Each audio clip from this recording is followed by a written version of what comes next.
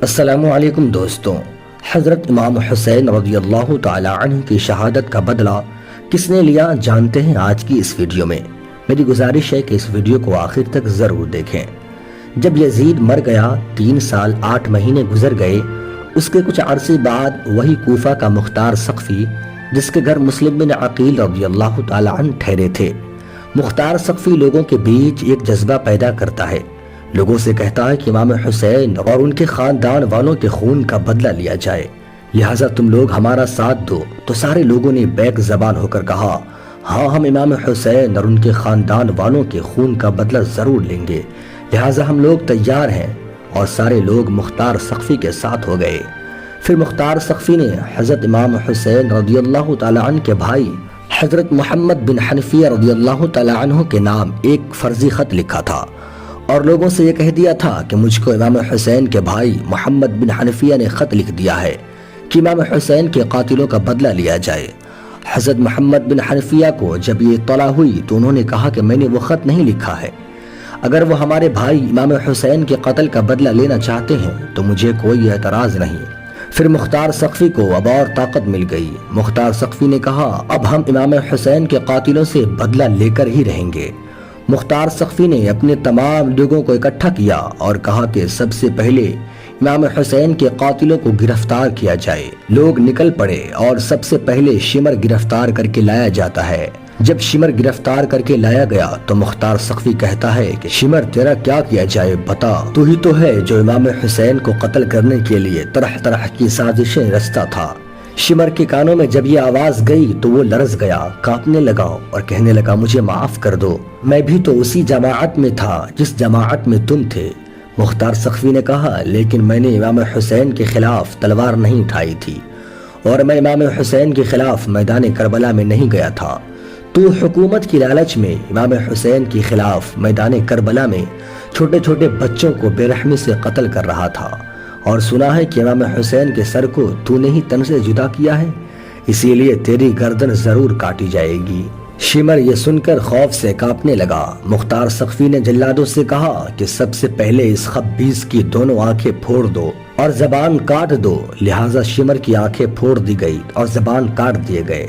پھر مختار ثقفی نے کہا کہ اس کے جسم کا ایک ایک حصہ کاٹ کر تڑپا تڑپا کر مارو، اور اسی طرح شمر کو فنار کر دیا گیا۔ شمر کے بعد یزیدی لشکر کا سردار ابن سعد کو گرفتار کیا گیا۔ جب عمر بن سعد کو گرفتار کر کے لایا گیا تو مختار ثقفی پوچھتا ہے کہ بتاؤ تم نے اس طرح کی حرکت کیوں کی؟ ابن سعد کہنے لگا، میں نے اب حکومت میں حصہ لینا چھوڑ دیا ہے، اب میں گوشہ نشین ہو گیا ہوں، اب مجھے کسی چیز کی ضرورت نہیں ہے۔ ابن سعد کی یہ بات سنتے ہی مختار ثقفی نے بلند آواز میں کہا، ظالم، تو جس دن کربلا میں امام حسین کے اوپر، ان کے خاندان والوں کے اوپر تیر کی بارش کی تھی تو تجھے اس دن سوچ لینا چاہیے تھا کہ میں سیاست میں بالکل بھی نہیں جاؤں گا۔ تو نے نواسہ رسول کو کربلا کے میدان میں تڑپایا تھا، اور تو ہی تو وہ ہے جس نے ایک ایک کو کربلا کے میدان میں پانی کے لیے ترسایا تھا، اب سوچ کے تیرا کیا انجام ہوگا۔ عمر بن سعد یہ سنتے ہی خوف سے کانپنے لگا، اور پھر ابن سعد کے بیٹے کو بلایا گیا اور مختار ثقفی نے کہا کہ ابن سعد کے سامنے اس کے بیٹے کو قتل کیا جائے۔ ابن سعد نے کہا، میں دیکھ کر کیسے برداشت کروں گا؟ تو مختار ثقفی نے کہا، جب امام حسین کے صاحبزادے علی اصغر کو تم لوگوں نے شہید کیا، اس وقت امام حسین نے کیسے برداشت کیا ہوگا؟ جب حسین کے سامنے ان کا جوان بیٹا علی اکبر کو شہید کیا گیا تھا تو حسین نے کیسے برداشت کیا ہوگا؟ جب ان کے بھتیجے قاسم کی لاشوں پر گھوڑے دوڑائے جا رہے تھے تب امام حسین نے کیسے برداشت کیا ہوگا؟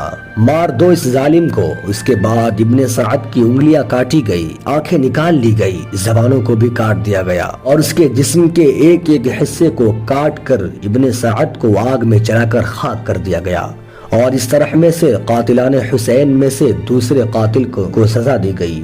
اب تیسرا دشمن گرفتار کر کے لایا جاتا ہے جس کا نام خولی تھا، جس نے امام حسین رضی اللہ تعالی عنہ کے جسم اقدس سے سر کو جدا کیا تھا۔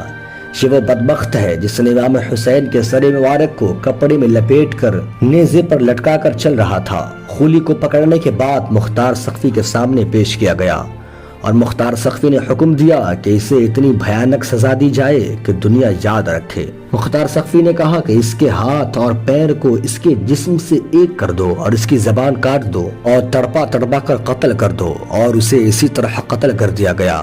اب حرملہ پکڑ کر لایا جاتا ہے۔ حرملہ یہ وہی مردود ہے جس نے ننھے علی اصغر کے حلق میں تیر مارا تھا۔ مختار سقفی نے کہا اس کے دونوں ہاتھ اور پیر کو باندھ دو، اس کے منہ کو اوپر اٹھاؤ اور اس کے گردن میں اتنے تیر مارو کہ گردن کا کوئی بھی حصہ تیر سے خالی نہ رہے۔ اس بدبخت کی گردن کو چھلی کر دو، اور تیروں کے ذریعے حرملہ کا گردن سر سے جدا ہو جاتا ہے، اور اس بدبخت کو بھی فنار کر دیا گیا۔ اس کے بعد ابن زیاد کو پکڑ کر لایا جاتا ہے۔ جب ابن زیاد کو پکڑنے کے لیے مختار سقفی کی فوج جاتی ہے تو ابن زیاد وہاں سے بھاگ نکلتا ہے، لیکن ابن زیاد زیادہ دنوں تک چھپ نہ سکا اور ایک دن گرفتار کر کے لایا ہی گیا اور مختار سقفی کے سامنے پیش کیا گیا۔ مختار سقفی نے ابن زیاد سے کہا اس دن کو یاد کرو جس دن تم نے اپنے لوگوں کو امام حسین کے خلاف لڑنے کے لیے بھیجا تھا۔ تو ابن زیاد نے کہا مختار تم میرے ساتھ کیا کرو گے؟ مختار سقفی نے کہا میں تمہیں قتل کر دوں گا، اور اتنے بے دردی کے ساتھ قتل کروں گا کہ دیکھنے والے کی روح کانپ جائے۔ ابن زیاد کو تڑپا تڑپا کر قتل کر دیا گیا، اور کوفہ کے گورنر ہاؤس میں ابن زیاد کا کٹا ہوا سر اسی جگہ پر رکھا گیا تھا جہاں امام حسین کا سر مبارک رکھا گیا تھا۔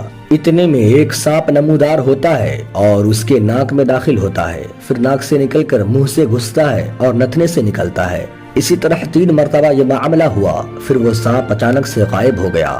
اسی طرح اس ظالم کو بھی سزا دی گئی، اور عبداللہ بن اسید جہنی، مالک بن نصیر، حمل بن مالک، ان تینوں کے ہاتھ پیر کاٹ کر مختار سقفی نے اسے زندہ چھوڑ دیا تاکہ یہ تینوں اسی طرح تڑپتے بلکتے مر جائے۔ اس کے بعد حکیم بن طفیل طائی کو پکڑ کر لایا گیا۔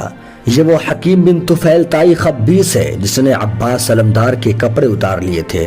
اس بدبخت حکیم بن طفیل طائی کو زندہ ہی ننگا کر کے تیروں سے چھلی کر دیا گیا۔ پھر اس کے بعد عمر بن صبیح کو لایا گیا۔ عمر بن صبیح نے شہدائے کربلا میں سے کئی لوگوں کو زخمی کیا تھا۔ اس ظالم کو تیروں سے چھد چھد کر تڑپا تڑپا کر مار دیا گیا۔ اس کے بعد زید بن رکعت کو پکڑ کر لایا گیا۔ یہ وہ خبیث تھا جس نے حضرت مسلم بن عقیل کی پیشانی پر تیر مارا تھا۔ اس کو بھی تیروں سے چھلی کر دیا گیا۔ تھوڑی جان ابھی باقی ہی تھی کہ اس کو آگ کے حوالے کر دیا گیا۔ تاریخ میں آتا ہے کہ تقریباً 60,000 یزیدی مختار سقفی کے ہاتھوں مارے گئے۔ کتنے تو اندھے اور کوڑی ہو گئے، کچھ کی آنکھیں نکال لی گئی، کچھ کو زندہ ہی جلا دیا گیا، اور کچھ لوگوں کے منہ سور کی طرح ہو گئے۔ کچھ تو ایسے تھے کہ وہ پانی پیتے مگر پیاس نہ بجھتی، اور یوں ہی وہ تڑپ تڑپ کر مر جاتے، اور کوئی بھی ظالم زندہ نہ رہ سکا۔ اور اسی طرح حضرت امام حسین اور ان کے خاندان والوں کو شہید کرنے والے ظالم کو سزا دی گئی۔ صرف 6 سال کے اندر ہی امام حسین کے قاتلوں کا نام و نشان صفحہ ہستی سے مٹ گیا۔ دوستوں اگر یہ معلومات اچھی لگی ہو تو اس ویڈیو کو اپنے دوست